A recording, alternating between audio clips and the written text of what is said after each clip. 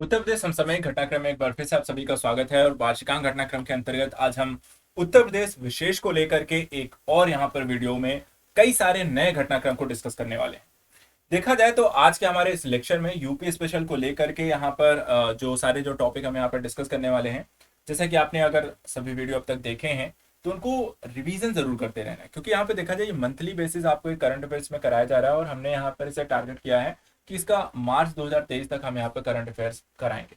तो यहाँ पर वीडियो को पूरा जरूर देखिए, चाहिए क्रमबद्ध रूप से सभी वीडियोस को देखना जरूरी है। काफी सारे यहाँ पर टॉपिक्स हम हर वीडियो में यहाँ पर डिस्कस कर रहे हैं ताकि आपको यूपी स्पेशल से रिलेटेड यहाँ पे कोई समस्या नहीं रह जाएगी। साथ ही साथ यहाँ पर देखिए जो पीडीएफ है आपको इस उत्तर प्रदेश स्पेशल को लेकर के, वो भी आपको टेलीग्राम चैनल पे यहाँ पर शेयर की जाती है। तो अगर आपने टेलीग्राम चैनल ज्वाइन नहीं किया है तो उसको ज्वाइन कर लीजिएगा। यूपीपीएससी 2023-24 ऑफिशियल ग्रुप आजाद यूपीपीएससी एकेडमी, ये नाम है टेलीग्राम चैनल का। ठीक है, तो यहाँ पर एक बार फिर मैं रिपीट कर दे रहा हूँ, इस नाम से है टेलीग्राम चैनल। आपको इस वीडियो में जो भी यहाँ पर पीडीएफ इत्यादि है वो इसी चैनल पे आपको टेलीग्राम चैनल पे मिलेगी। यूपीपीएससी 2023-24 ऑफिशियल ग्रुप आजाद यूपीपीएससी एकेडमी, लोगो भी लगा होगा आजाद यूपीपीएससी एकेडमी का। ठीक है, तो उस चैनल को आपको ज्वाइन कर लेना है। वहां पर आपको इस जो भी हम यहाँ पर पढ़ते आए हैं सभी पीडीएफ ऑलरेडी कुछ की प्रोवाइड करा दी गई हैं और आगे भी जो क्लासेस होती रहेंगी उनकी पीडीएफ आपको मिलती रहेगी। चलिए यहाँ पे प्रारंभ करते हैं आज के अपने घटनाक्रम में क्या है विशेष।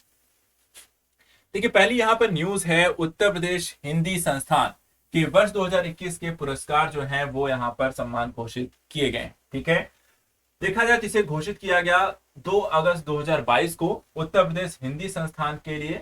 देखिए पुरस्कार 2021 का है और जो दिया गया वो अगस्त 2022 में यहाँ पर दिया गया है। ठीक है, तो यहाँ पे देखिए संस्थान के कार्यकारी जो अध्यक्ष, उनका नाम ध्यान रखिएगा, डॉक्टर सदानंद प्रसाद गुप्त ने यहाँ पर देखा जाए इसकी अध्यक्षता की है इस बैठक की। इसके प्रमुख बिंदु आपको क्या क्या रहे। सबसे पहले देखिए संस्थान का जो सर्वोच्च सम्मान है, जो देखा जाए तो कई बार ये एग्जाम में पूछा भी गया है, भारत भारती। ठीक है, भारत भारती जो सम्मान है, सर्वोच्च सम्मान है ये दिल्ली विश्वविद्यालय के हिंदी विभाग के पूर्व प्रोफेसर डॉक्टर रमानाथ त्रिपाठी को यहाँ पर आपको दिया गया है। तो ध्यान रखिएगा भारत भारती पुरस्कार किसको दिया गया है, डॉक्टर रमानाथ त्रिपाठी को। इसी तरीके से भारत भारती सम्मान के तहत दी जाने वाली जो सम्मान राशि है वो 8 लाख रुपए है। और इसमें देखा जाए तो इस सूची में लखनऊ से डॉक्टर ओपी मिश्रा व हृदय नारायण दीक्षित समेत 18 साहित्यकारों के नाम भी यहाँ पर आपको इसमें शामिल किए गए। इसमें देखिए संस्थान की ओर से 5 लाख रुपए की राशि वाले सम्मान की श्रेणी में लोहिया साहित्य सम्मान देहरादून के उत्तराखंड के बुद्धिनाथ मिश्र को यहाँ पर दिया गया। तो दूसरा एक पुरस्कार और दिया गया जिसका नाम है लोहिया साहित्य सम्मान, और ये लोहिया साहित्य सम्मान दिया गया है बुद्धिनाथ मिश्र को। ये साथ ही साथ यहाँ पर देखिए डॉक्टर गिरिराज शरण अग्रवाल को हिंदी गौरव सम्मान यहाँ पे दिया गया है। नंदुरबार के को यहाँ पर देखा जो कि आपको देखा जाए महाराष्ट्र के यहाँ पे निवासी है डॉक्टर विश्वास को, किसान पाटिल को यहाँ पर देखा जाए तो महात्मा गांधी साहित्य सम्मान दिया गया। गौतम बुद्ध नगर उत्तर प्रदेश के डॉक्टर राम शरण गौड़ को पंडित दीनदयाल उपाध्याय साहित्य सम्मान दिया गया। लखनऊ के डॉक्टर ओम प्रकाश मिश्र को अवंतीबाई साहित्य सम्मान दिया गया। लखनऊ के हृदय नारायण दीक्षित को यहाँ पर अटल बिहारी वाजपेयी सम्मान यहाँ पर आपको के लिए चुना गया।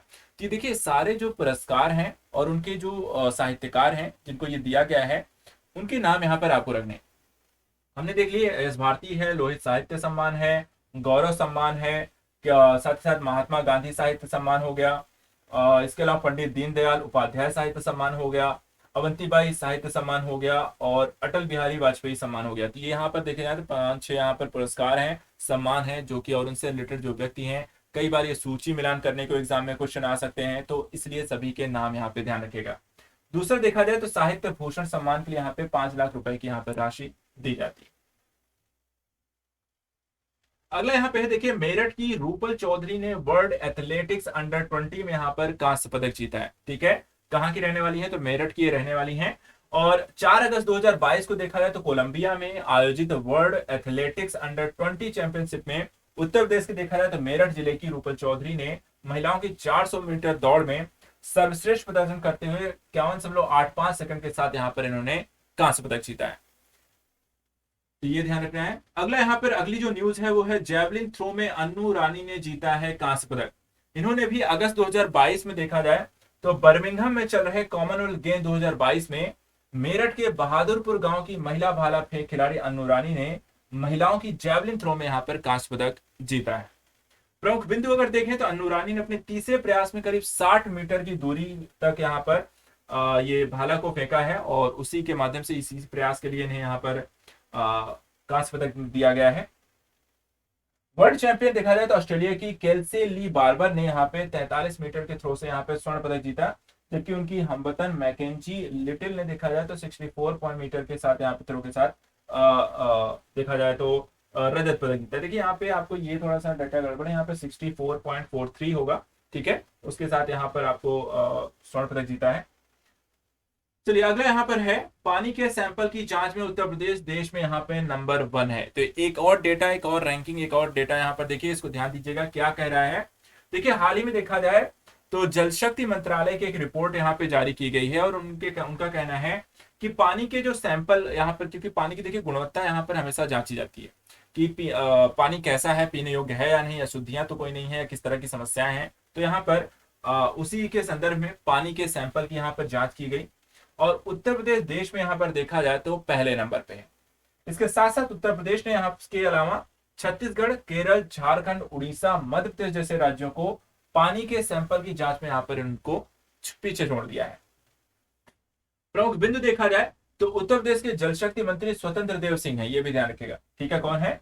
जल शक्ति मंत्री हैं स्वतंत्र देव सिंह ने बताया है कि प्रदेश की महिलाओं ने 20,756 गांव में करीब 11,97,890 यहाँ पे पानी के सैंपलों की जांच पूरी कर ली है और एफटीके किट से की गई जांच में करीब 69,279 पानी के सैंपल दूषित यहाँ पर आपको पाए गए हैं।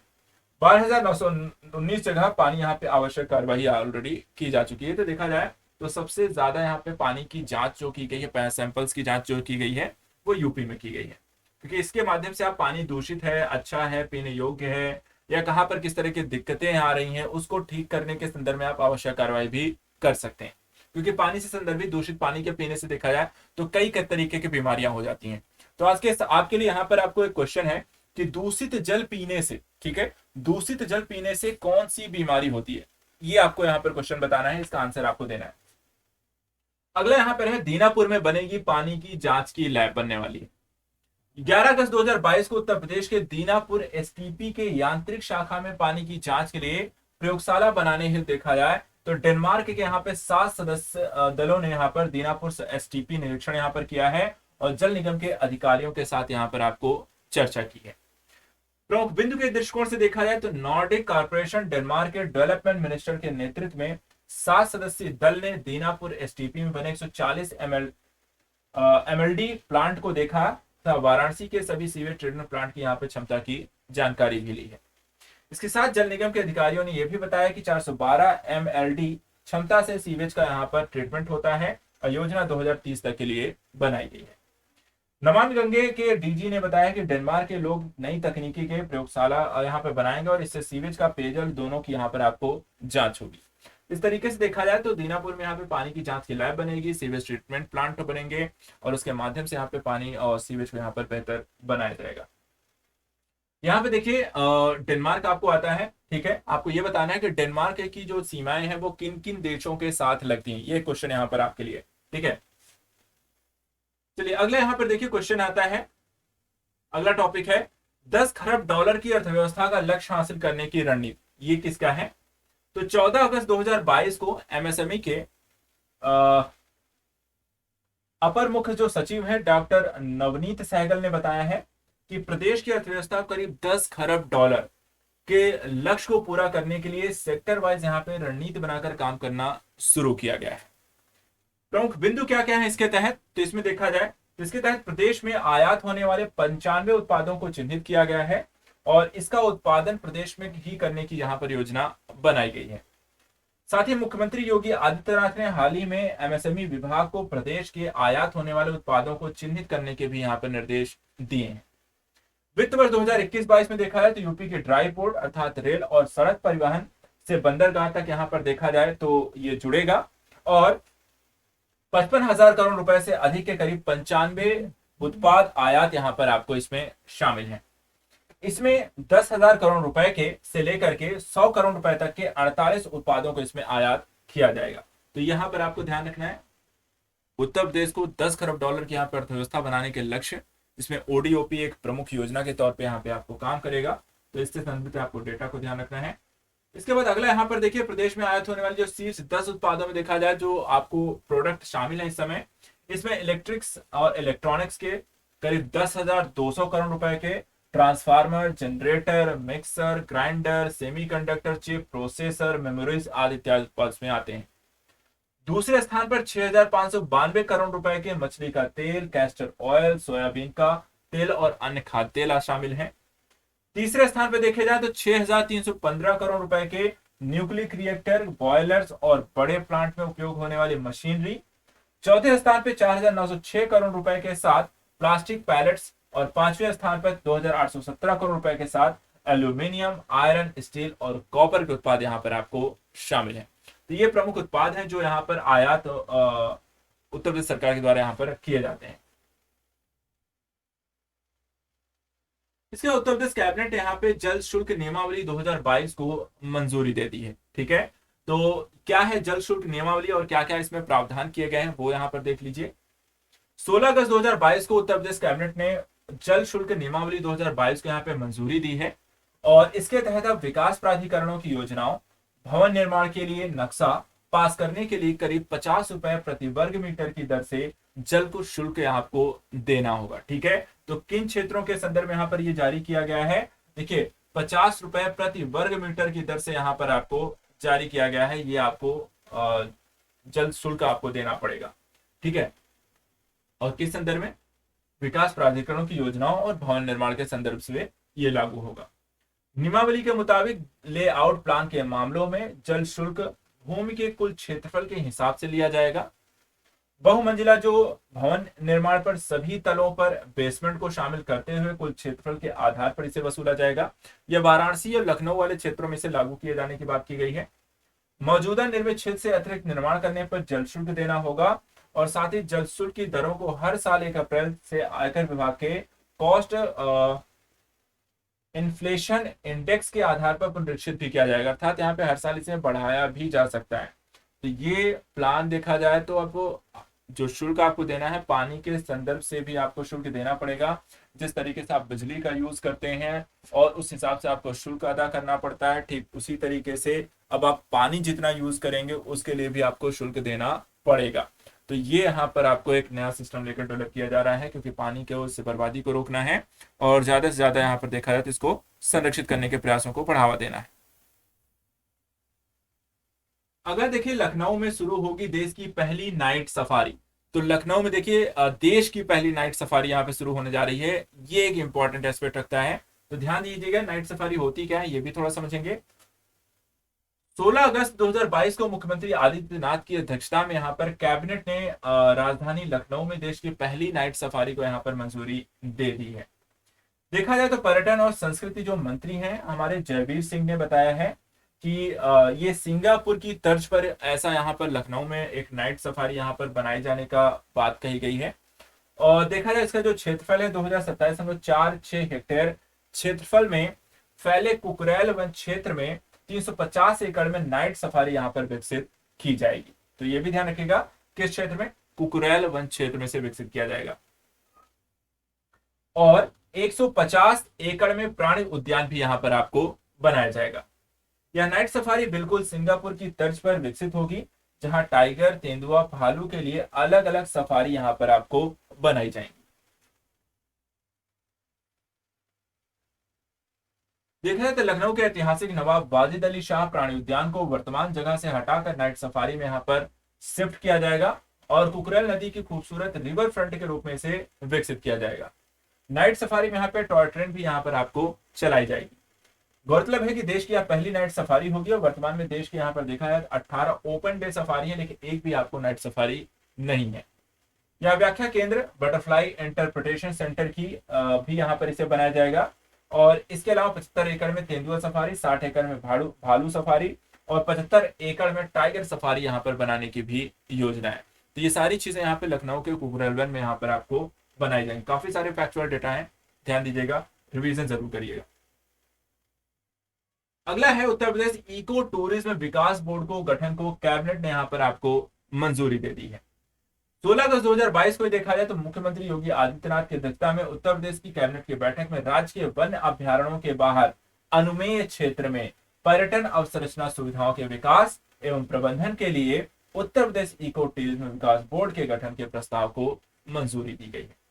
प्रमुख बिंदुओं के तौर पर देखें तो इको टूरिज्म बोर्ड का जो मुख्यालय होगा वो लखनऊ में होगा और मुख्यमंत्री इसके अध्यक्ष होंगे। इस बोर्ड में 10 विभाग शामिल होंगे, जिसमें पर्यटन, वन, आयुष, ग्रामीण विकास, सिंचाई, शहरी विकास, कृषि, बागवानी, खेल और परिवहन को इसमें शामिल किया जाएगा। बोर्ड की संरचना इको टूरिज्म विकास बोर्ड तथा इको टूरिज्म कार्यकारी समिति होगी। कार्यकारी समिति जो होगी वो पर्यटन विकास बोर्ड के उद्देश्यों को पूरा करने के लिए आवश्यक कार्रवाइयों के संदर्भ से यहाँ पर एक जिम्मेदार समिति के रूप में कार्य करेगी। इको टूरिज्म के दृष्टिकोण से अगर हम देखें तो इसमें आपको इको टूरिज्म विकास बोर्ड ट्रैकिंग, हाइकिंग, साइकिलिंग, कारवां टूरिज्म, सी प्लेन और रिवर क्रूज एडवेंचर टूरिज्म के साथ साथ होटल, रिजॉर्ट, इंफ्रास्ट्रक्चर सुविधाएं, बलूनिंग, जंगल कैंपिंग, इको पर्यटन के विकास के लिए कल्याण पर्यटन और जैसे आयुर्वेद, योग, प्राकृतिक चिकित्सा जैसी गतिविधियों को अंजाम देने की यहाँ पे सुविधा प्रदान की जाएगी। तो काफी सारी देखिए यहाँ पर अलग अलग तरीके के स्पोर्ट्स हैं, अलग अलग तरीके की कैंपिंग व्यवस्थाएं हैं, आपको रहने की अलग तरीके से एंजॉय करने के इको टूरिज्म के कई सारे अलग अलग पर्सपेक्टिव को यहाँ पर आपको डेवलप किया जाएगा। इसमें विकास बोर्ड के सदस्य 2 प्रकार के होंगे।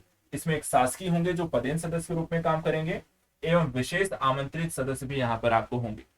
इसमें देखे जाए तो कृषि मंत्री, वन मंत्री, आयुष मंत्री, वित्त मंत्री, पर्यटन मंत्री, सिंचाई मंत्री, ग्राम विकास मंत्री, मुख्य सचिव, प्रधान मुख्य संरक्षक और विभागाध्यक्ष उत्तर प्रदेश वन निगम के एमडी बोर्ड के यहाँ पर सदस्य रहेंगे। तो ये पूरी एक व्यवस्था है तकनीक के तहत जो बोर्ड का गठन कैसे होगा, क्या क्या काम करना है, किसके तहत किस तरीके की व्यवस्थाएं इत्यादि शामिल है, उन सभी एस्पेक्ट को हमने यहाँ पर देखा। अगला देखिए यहाँ पे काशी विश्वनाथ की तर्ज पर यहाँ पे बनेगा ठाकुर बांके बिहारी मंदिर का यहाँ पर कॉरिडोर। देखा जाए तो 23 अगस्त 2022 को मथुरा के जिलाधिकारी जो हैं नवनीत सिंह यहाँ पर चहल ने बताया कि मथुरा जिला प्रशासन ने श्री कृष्ण जन्माष्टमी पर मंगला दर्शन के दौरान बांके बिहारी मंदिर में भीड़ के दबाव के चलते 2 श्रद्धालुओं के मौत के बाद काशी विश्वनाथ की तर्ज पर बांके बिहारी मंदिर के कॉरिडोर बनाने का यहाँ पे प्रस्ताव रखा है। प्रमुख बिंदु अगर हम देखें तो वृंदावन में बिहारी जी कॉरिडोर से ठाकुर बांके बिहारी मंदिर का स्वरूप यहाँ पे बदल जाएगा और कॉरिडोर बनाने से सकरी गलियों को श्रद्धालुओं से यहाँ पर मुक्ति मिल जाएगी। साथ ही जन सुविधाओं भी यहाँ पर मुहैया कराई जा सकेंगी, जैसे कि नवनिर्मित काशी विश्वनाथ कॉरिडोर को वृंदावन के लिए यहाँ पर एक आधार के रूप में विकसित किया जाएगा। अर्थात जिस तरीके से काशी विश्वनाथ के कॉरिडोर को विकसित किया गया ठीक उसी की तर्ज पर यहाँ पर एक कॉरिडोर इनके लिए बनाया जाएगा। थोड़ा सा यहाँ पर देख लेते हैं काशी विश्वनाथ के संदर्भ से कि काशी विश्वनाथ मंदिर का क्षेत्रफल देखा जाए तो करीब 5 लाख वर्ग फीट में फैला हुआ है। काशी विश्वनाथ मंदिर कॉरिडोर के दायरे में करीब 23 इमारत और 27 मंदिर भी आते हैं। इसमें 4 बड़े गेट हैं। कॉरिडोर में करीब 22 शिलालेखों पर काशी की महिमा का यहाँ पर वर्णन किया गया है। इस कॉरिडोर में मंदिर चौक, मुमुक्ष भवन, कई यात्री सुविधा केंद्र, यूटिलिटी भवन सहित आदि सुविधाएं भी यहाँ पर आपको दी गई हैं।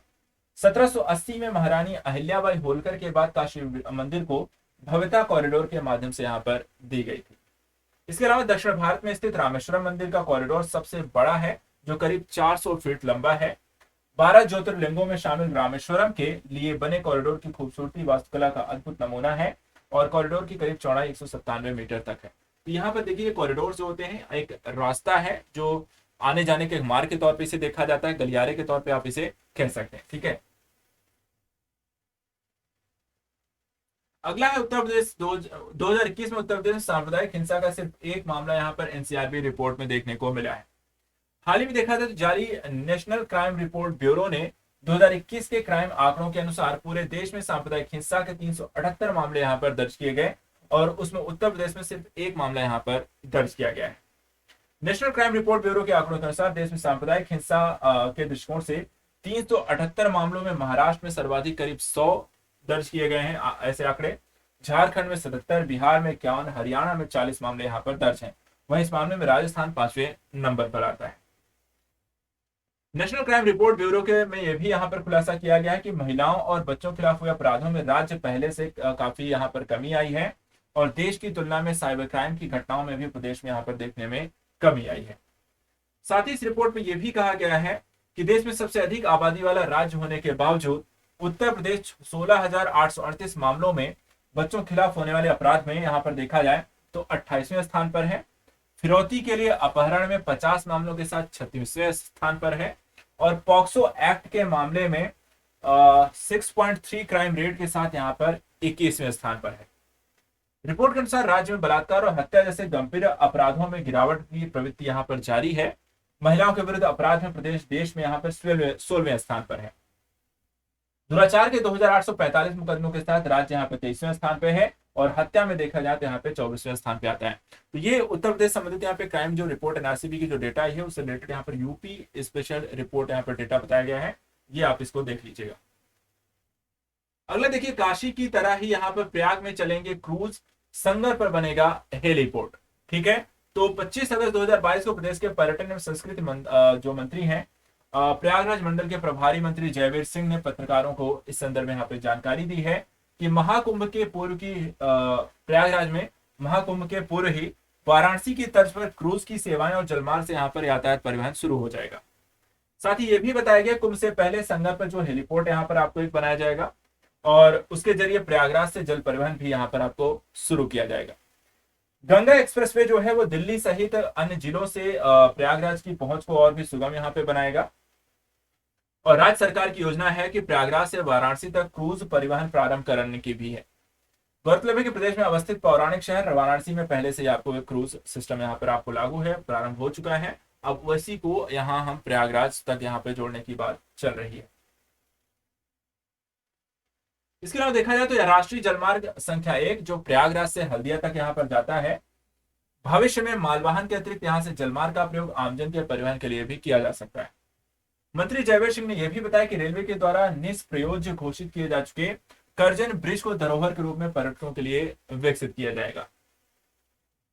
गौरतलब है कि प्रयागराज से अयोध्या तक लखनऊ रेल मार्ग पर गंगा नदी पे बने करजन ब्रिज की आयु 117 वर्ष है आयु जो है और रेल यातायात के लिए पुल 15 जून 1905 को यहाँ पर खोला गया था और तब इस रेलखंड का संचालन अवध और रुहेलखंड का जो एरिया आता है जोन आता है वो यहाँ पर करता था।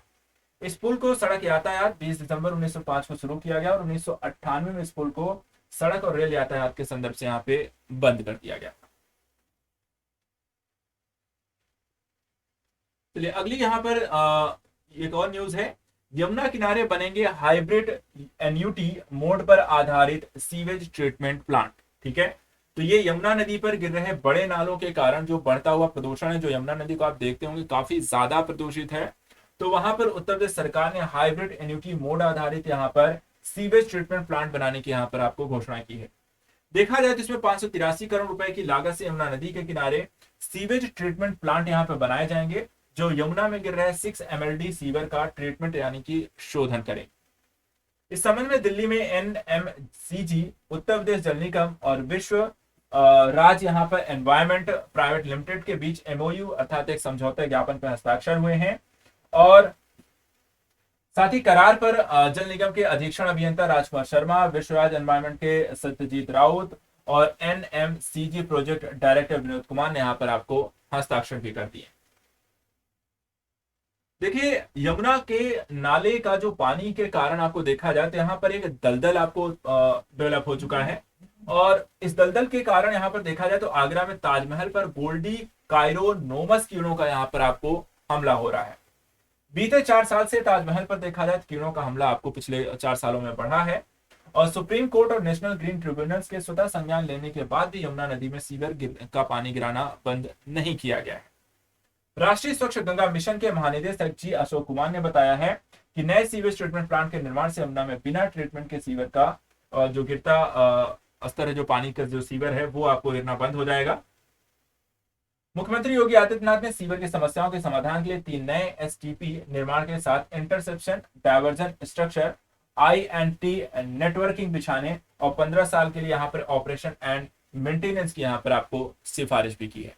तो इस तरीके से जो सीवेज एक बड़ी समस्या है, जो नदियों को यहाँ पर लगातार दूषित कर रहे हैं, तो उनके शोधन के दृष्टिकोण से यहाँ पर सरकार के द्वारा ये डिसीजन लिए गए हैं कि नदियों को एक तरफ स्वच्छ बनाया जाए और दूसरी तरफ यहाँ पर जो सीवेज है उनको यहाँ पर ट्रीटमेंट किया जाए, ताकि यहाँ पर दोनों का यहाँ पर कार्य हो सके, औद्योगिक गतिविधियां भी चलती रहे और नदियों का जो प्रदूषण स्तर है उसे भी हम यहाँ पे कम कर सके। तो ये रहा उत्तर प्रदेश के समसामयिक घटनाक्रम से संबंधित आज का हमारा वीडियो। तो वीडियो को एक बार देखिए, आपने पढ़ लिया है, रिवीजन जरूर कर लीजिएगा और यहाँ पर देखिए नियमित रहिएगा, रेगुलर रूप से यहाँ पे स्टडी करते चलिए जो भी यहाँ पे पढ़ाया जा रहा है, और उत्तर प्रदेश से संबंधित यहाँ पे सभी घटनाक्रम पर एक यहाँ पर अच्छी सी पकड़ जरूर बना के रखिएगा। तो आज के लिए इतना ही। Thank you so much and good luck.